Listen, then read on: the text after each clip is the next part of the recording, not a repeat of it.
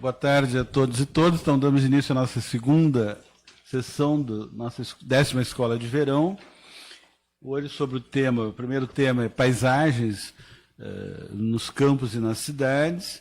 Então, nós vamos contar com nossas 3 professoras. Então, eu queria apresentar, em primeiro lugar, a professora Maria Luísa Porto, que é graduada em História Natural por essa universidade, com mestrado em Botânica por essa universidade, doutorado em Ecologia Vegetal na Universidade Ulm, na Alemanha, e pós-doutorado em Metodologias de Avaliação Ambiental na Universidade Técnica de Munique. Ela é professora pesquisadora dessa universidade, também fez um MBA em Perícia, Auditoria e Gestão Ambiental, e tem trabalhado na área de ecologia das paisagens, zoneamento ambiental, vegetação, comunidades vegetais, restauração de áreas degradadas. Muito obrigado por estar aqui. Em segundo lugar, a minha colega Vanessa Marques, ela tem doutorado em Ciência Política pela Universidade Autônoma de Barcelona, com mestrado em Integração Latino-Americana pela Universidade Nacional de La Plata, e pós-doutorado em Ciência Política por esta universidade, é professora do Programa de Pós-Graduação do Departamento de Sociologia da Universidade Federal do Rio Grande do Sul.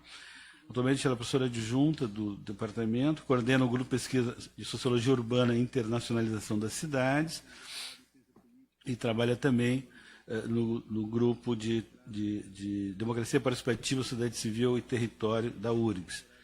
E ela tem trabalhado nas áreas de Sociologia Urbana, Novos Atores das Relações Internacionais, Cidades, Movimentos Sociais, Participação Cidadã. Eu agradeço muito a senhora estar aqui. E a professora Adriana Kovarik, que eu queria de público agradecer, foi ela que é responsável, no início do ILEA, por montar todo o nosso sistema de comunicação visual, o logo, e foi muito importante para que o ILEA pudesse chegar aonde chegou. Muito obrigado. Ela é graduada em Comunicação Social pela PUC do Rio Grande do Sul, com especialização em Comunicação e Marketing, e pela Escola de Alta Direção e Administração da Universidade de Barcelona, na Espanha, com mestrado em Comunicação e Semiótica pela Universidade do Vale do Rio dos Sinos, e doutora em Planejamento Urbano Regional pela Faculdade de Arquitetura da URGS. Ela é professora adjunta da Faculdade de Biblioteconomia e Comunicação, e ela coordena esse fantástico programa de extensão Caixola, Clube de Criação da Fabico, que foi responsável pela implantação do ILEA e por várias outras áreas da universidade.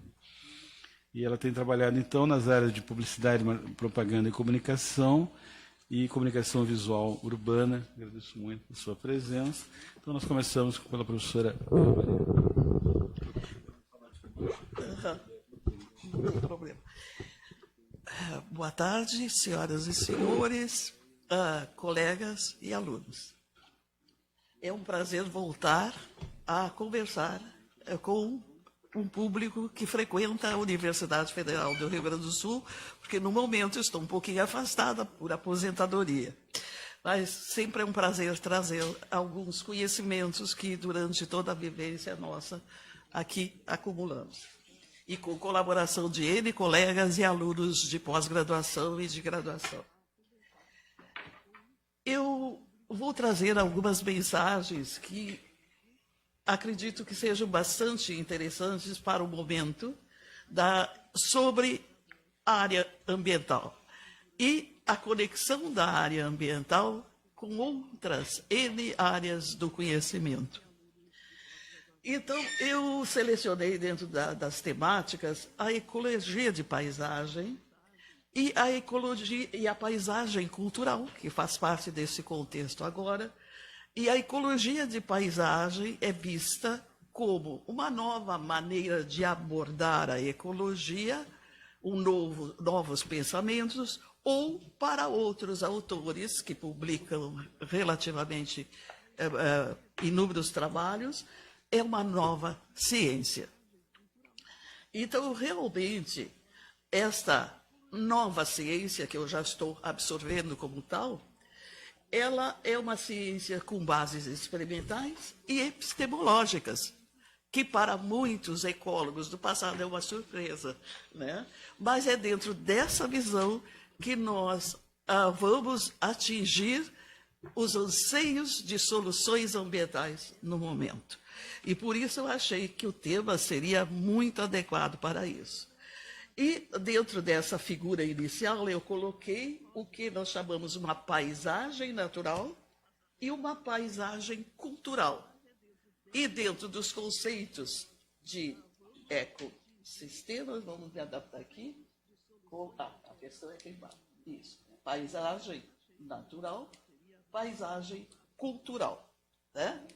E nós também, dentro dos conceitos de ecologia, é um ecossistema natural e simboliza nessa figura, né, nesse quadro muito conhecido, um ecossistema construído, né? Porque nós temos ações humanas aqui, que interagem com o natural. E dentro dessas questões é que eu quero realmente refletir em conjunto com vocês a respeito do benefício deste novo pensamento, deste novo desafio. É um novo paradigma que está baseado no holismo, na visão integral global. E, para tanto, nós precisamos, né,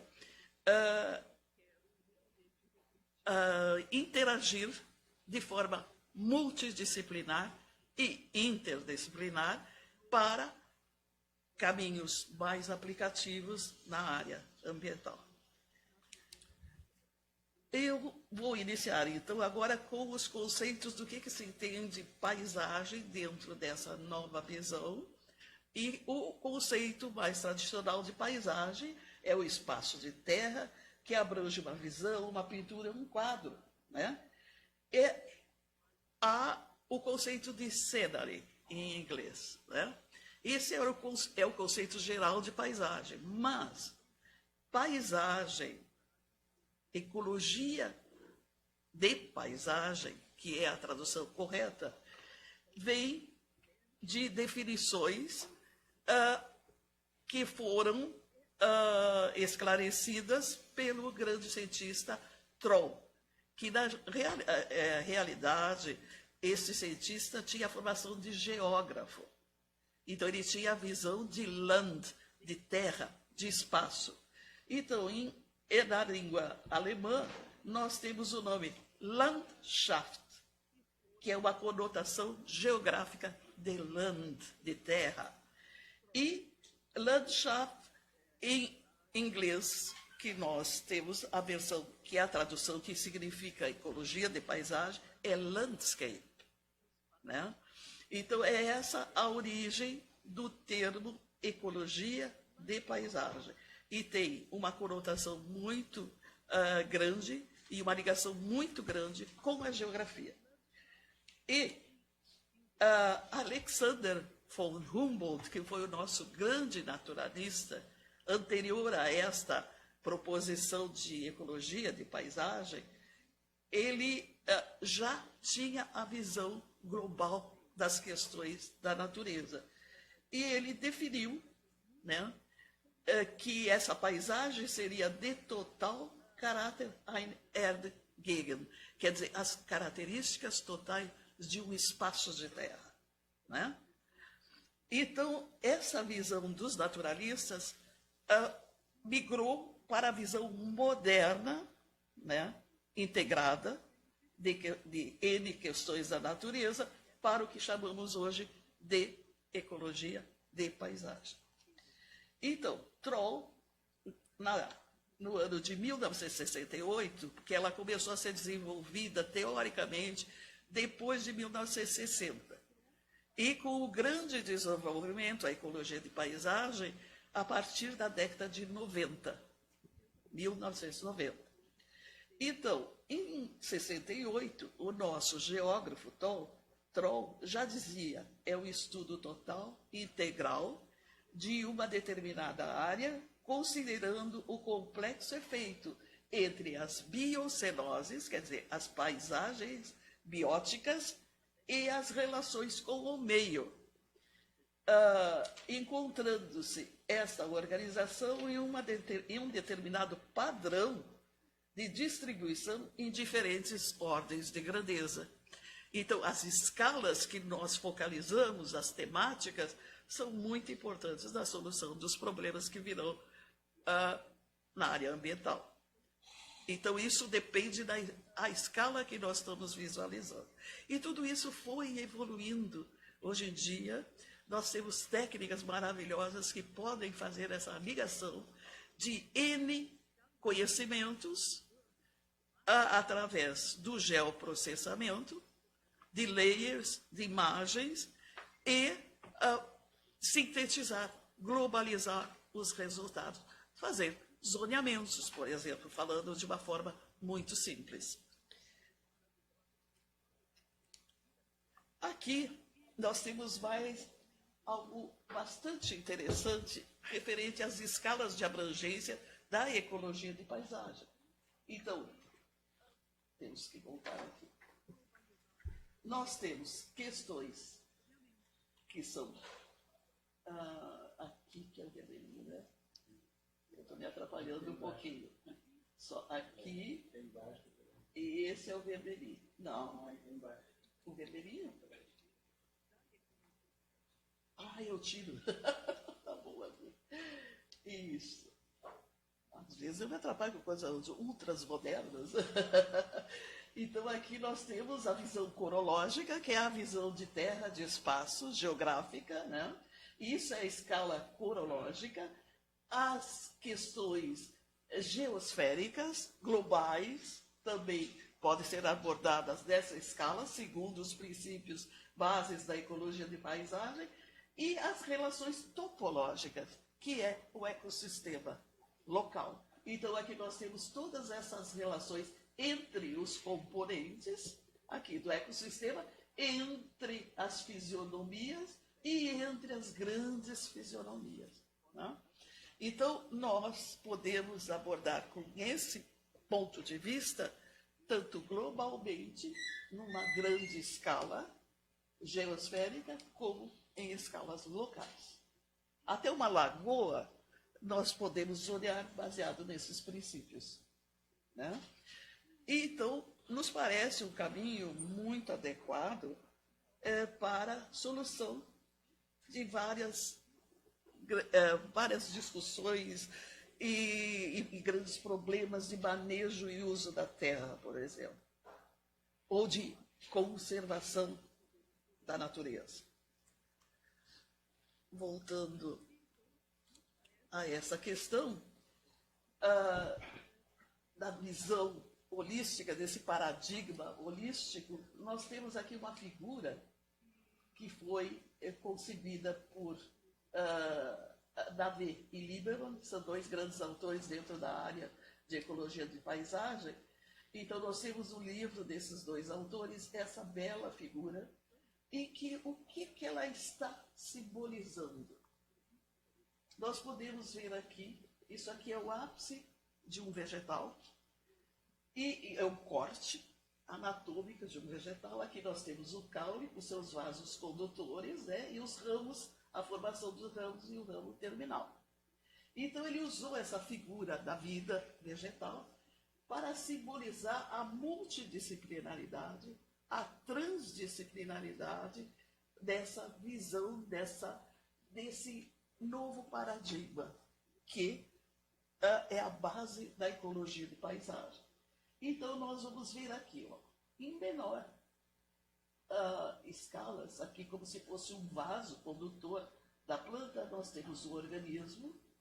Esses organismos compõem populações, as populações compõem comunidades, as comunidades compõem ecossistema, e esses ecossistemas são envolvidos pelas questões todas do ecossistema humano total.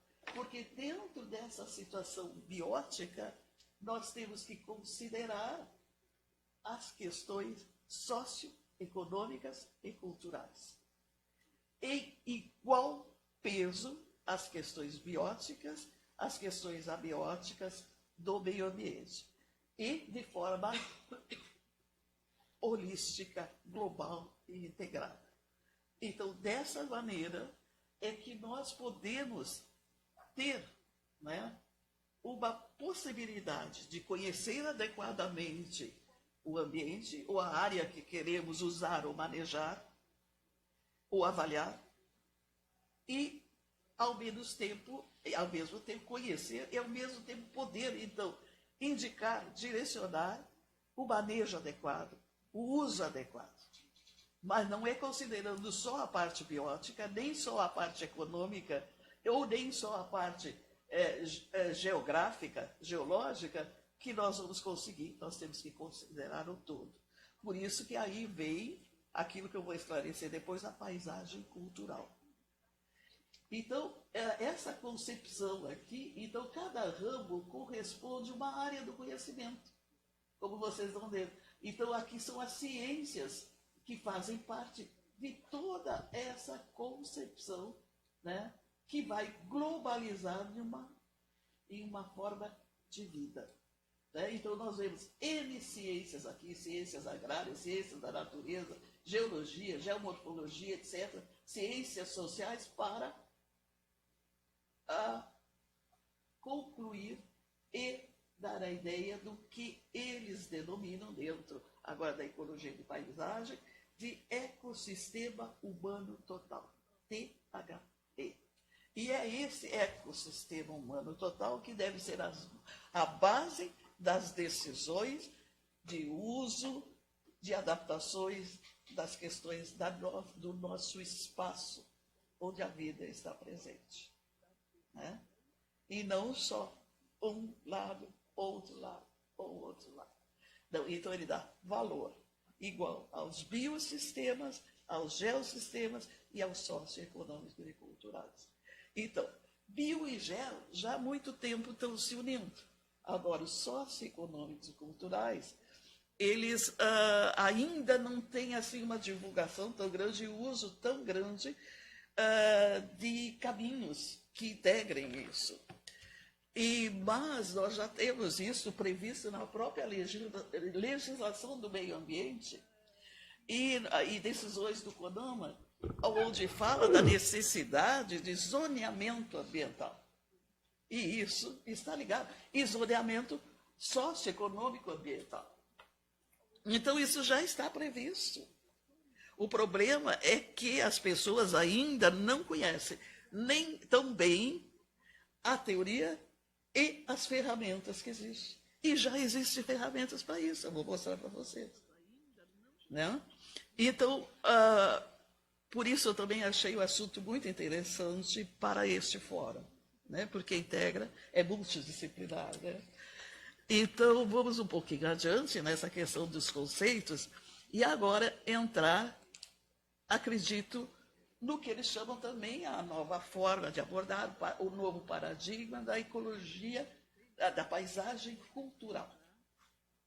Então, a paisagem cultural, eu até vou ler para fixar bem a questão, é determinada como resultante da ação da cultura ao longo do tempo, modelando-se através de um grupo cultural, a partir da paisagem natural, gerando um conjunto único em permanente evolução. Reflitam. O que vocês acham que existe de belos exemplos a respeito de uma paisagem cultural aqui entre nós? Eu vou adiantar um pouquinho. O nosso Pampa não tem essa característica. Eu vou depois mostrar um pouquinho mais. Assim como várias outras questões que nós temos. Mas é que o Pampa também é uma questão que hoje em dia está trazendo muita polêmica ambiental, devido à grande modificação que ele está sofrendo em vista dos anseios econômicos. Né? Uma outra definição muito interessante é a paisagem cultural é aquela modelada por meio de um grupo cultural, onde a cultura é o agente e a área natural é o meio. E a paisagem cultural é o resultado. Então, nós temos que ver isso como um todo. Eu não posso só ver o bichinho, eu não posso só ver o homem. Né? Eu tenho que integrar as questões dentro. E a paisagem é a síntese da situação. Vamos aqui. Aqui nós temos mais algumas questões que revelam o quanto isso é bastante recente dentro da visão ecologia, da ciência ecologia. E a ecologia de paisagem mais recente ainda. Então, nós temos várias iniciativas a respeito da paisagem cultural, mas por parte das ciências humanas, por exemplo. As questões da Unesco, o IFAM, né, que é o nosso Instituto Histórico Artístico Natural, colocou paisagem cultural como um novo mecanismo de proteção do patrimônio. Né? Então, o patrimônio é um bem, é um bem. Agora, a natureza em si, a biodiversidade também deve ser considerada um bem, por isso que ela está sendo incluída agora em paisagem cultural, como um compartimento, aliás, é como uma parte da ecologia, aliás, da paisagem cultural. Então, nós temos algumas iniciativas já nesse sentido, mas mais dentro da visão humana. A integração com a visão da vida, né, selvagem, aí é muito mais recente.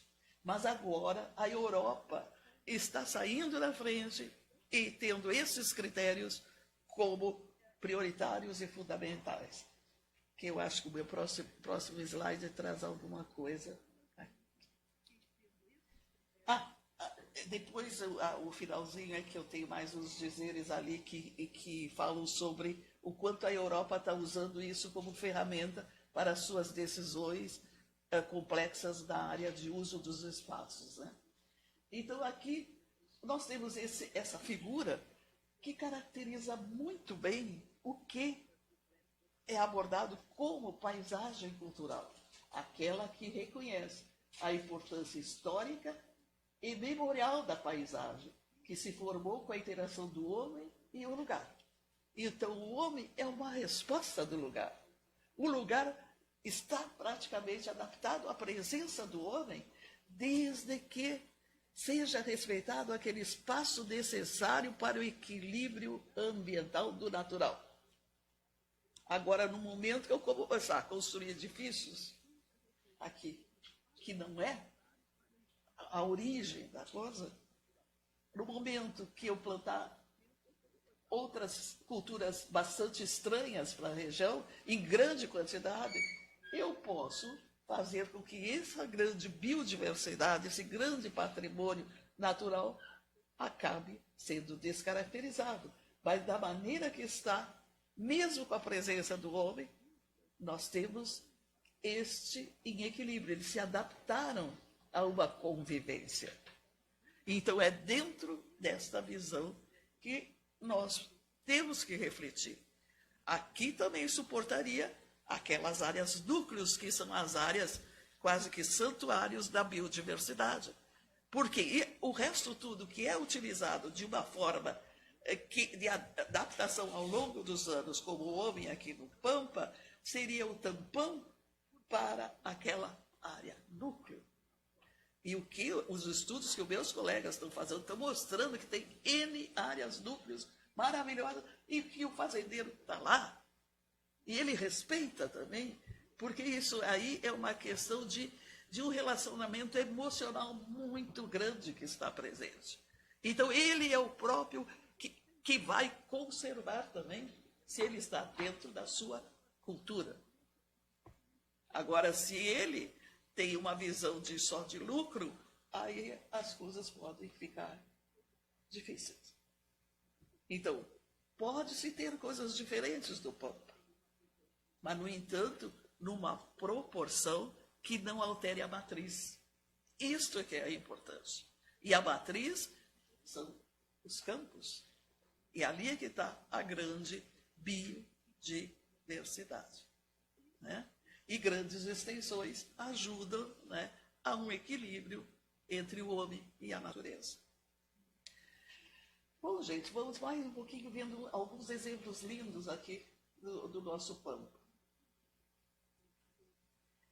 Aqui nós temos a Europa, tem muitas terras, assim, tu que conheces bem, vocês estiveram lá também, né? como nós temos espaços ocupados, mas ocupados de uma forma, né, bastante racional. A agricultura não são monoculturas, são normalmente pequenos terrenos com uma alta produção. E então, esse convívio harmônico com o homem e a natureza, que forma uma paisagem cultural como essa, é frequente de se encontrar. E claro que tem as grandes cidades também, que depois eu vou falar um pouquinho sobre cidades, aglomerados urbanos, né? Então, aqui também tem uma definição muito bonita. Olha, se eu estou passando do tempo, por favor. Eu preparei para 20, mas eu não sei. Que bom, que bom.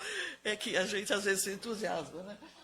Então, a paisagem pode receber vários significados, mas na ciência geográfica é definida como um conjunto de estruturas naturais e sociais de um determinado lugar, no qual desenvolve uma intensa interatividade, seja entre os elementos naturais, entre as relações humanas e desses com a natureza, identificando-se dessa forma essa definição como os princípios de paisagem cultural da ecologia de paisagem.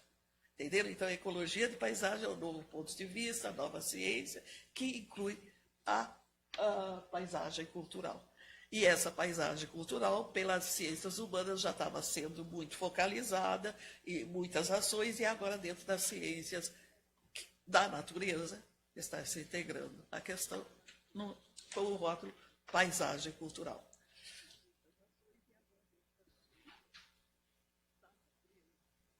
A paisagem cultural, essa é nossa, do Pampa, considera um conjunto de estruturas naturais e sociais, e a ecologia de paisagem os considera sob o ponto de vista de ecossistemas naturais e construídos, como eu expliquei no início da palestra.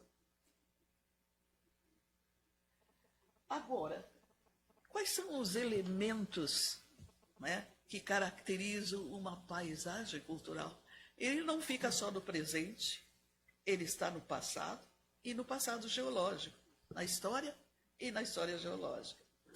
Então, nós aqui para os Pampas, nós começamos aqui explicando pela paleontologia e arqueologia. Nós temos vestígios que foram encontrados, as preguiças grandes, né? São fósseis que nós temos nos museus hoje em dia, e aqui são as tocas encontradas nessa região pampiana, né? Então, desde esse tempo, existia uma interação entre os animais e a vegetação. E a vegetação, como o nosso Pampa, ela é formada pelo que nós chamamos de estepe, que é o termo técnico, estepe, que popularmente nós chamamos de campo, que é com gramíneas. Existe o tipo savanoide, que são pequenas arvoretas retorcidas, e existe remanescentes de florestas do tipo ciliárias. Então, ela tem essas três fisionomias. E no tempo das preguiças gigantes, as savanas estavam mais presentes, então arvoretas, e elas se alimentavam dessas folhas, dessas árvores.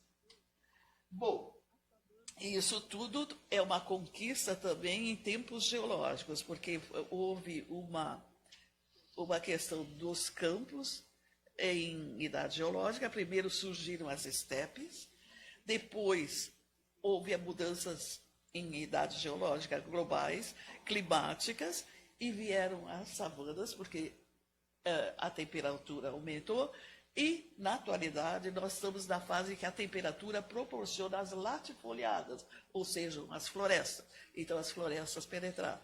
E, no Pampa, nós temos um mosaico dessa história, porque isso são terras bem recentes, como o Atlas Ambiental de Porto Alegre explica muito bem, em outra palestra eu posso explicar muito bem isso. Então, e nós encontramos esses três tipos que são relictuais e que formam o nosso campo. Então, o nosso chamado Pampa, ou campo em geral, ele, na realidade, ele não é um tipo só, ele é um complexo vegetacional. E esses animais do passado viveram numa dessas fases, como é o caso da preguiça, né, que tinha mais disponibilidade, porque a alimentação dela eram arvoretas e de folhas largas, né, que formavam as savanas.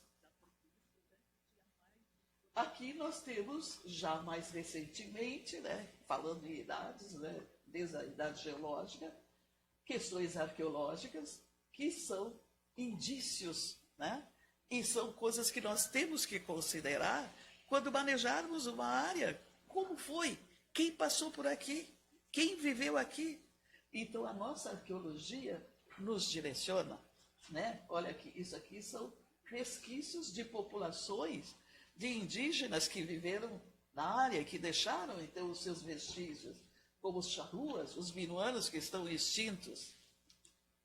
Os guaranis, por exemplo, das missões ali, e tudo isso foi dando uma miscigenação, depois humana, que faz parte do tipo humano do Pampa, né? Então, nós temos que retomar todas essas questões para entender a reação do povo atual, os hábitos dele, como ele usa a terra, né? Então, a pessoa que vive ali, o bateiro, como nós chamamos em botânica, quando vai para a floresta conosco, ele nos dá informações preciosíssimas. Então, o cientista, o técnico, ele tem que conhecer, ele tem que ter diálogo com essas pessoas para se orientar melhor ainda em suas descobertas.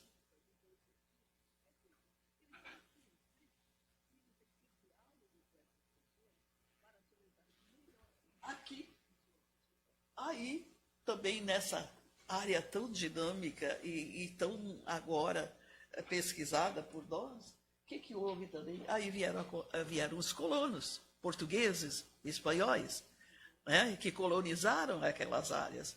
Aí trouxeram seus hábitos, seus costumes.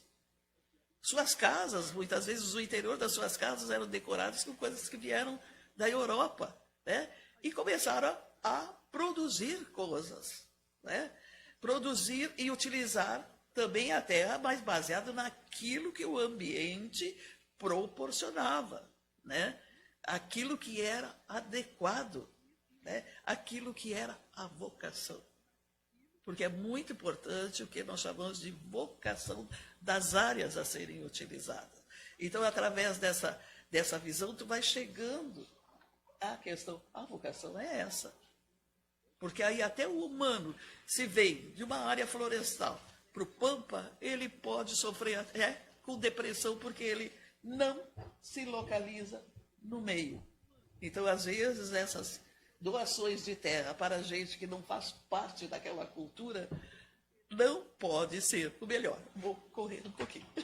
Tá bom. Então, aqui nós temos as casas, né, que refletem. Aqui, depois, esses grandes fazendeiros precisaram de auxiliares. Aí escravizaram. Então, os africanos entraram aqui, porque eles começaram a produzir o charque, né?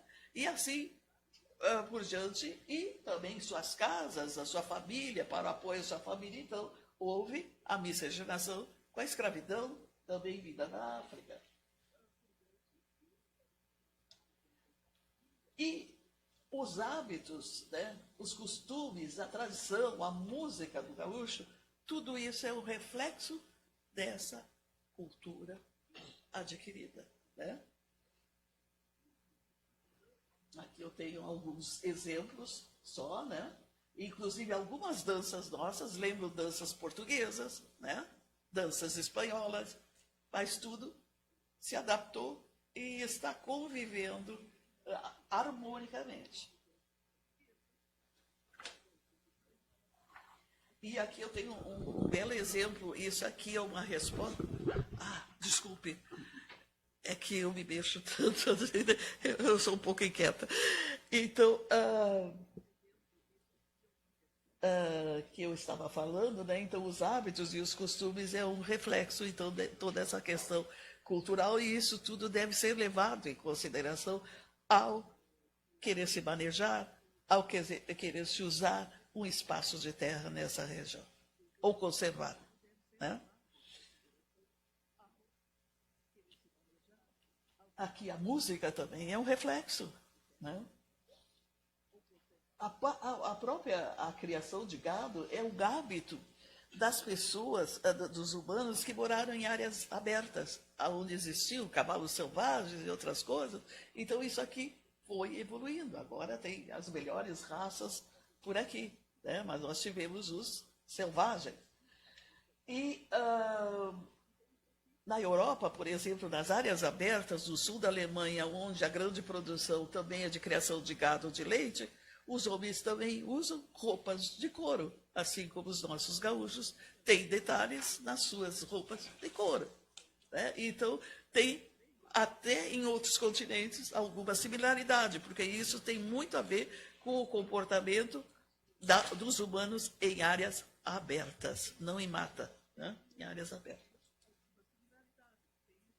Aqui, por exemplo, outro elemento da paisagem são as casas construídas, que foram as estâncias, as fazendas do Pampa, as próprias construções nos núcleos que tem urbanos, cidades como Bagé, lembra Portugal, e a biodiversidade da fauna e da flora é um compartimento natural em uma paisagem cultural.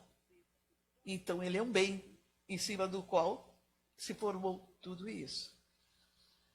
E aqui eu tenho alguns exemplos da nossa diversidade biológica, da parte vegetal, da parte animal, que eu vou passar rapidinho por causa dos campos, porque no futuro eu posso dar uma palestra específica sobre isso.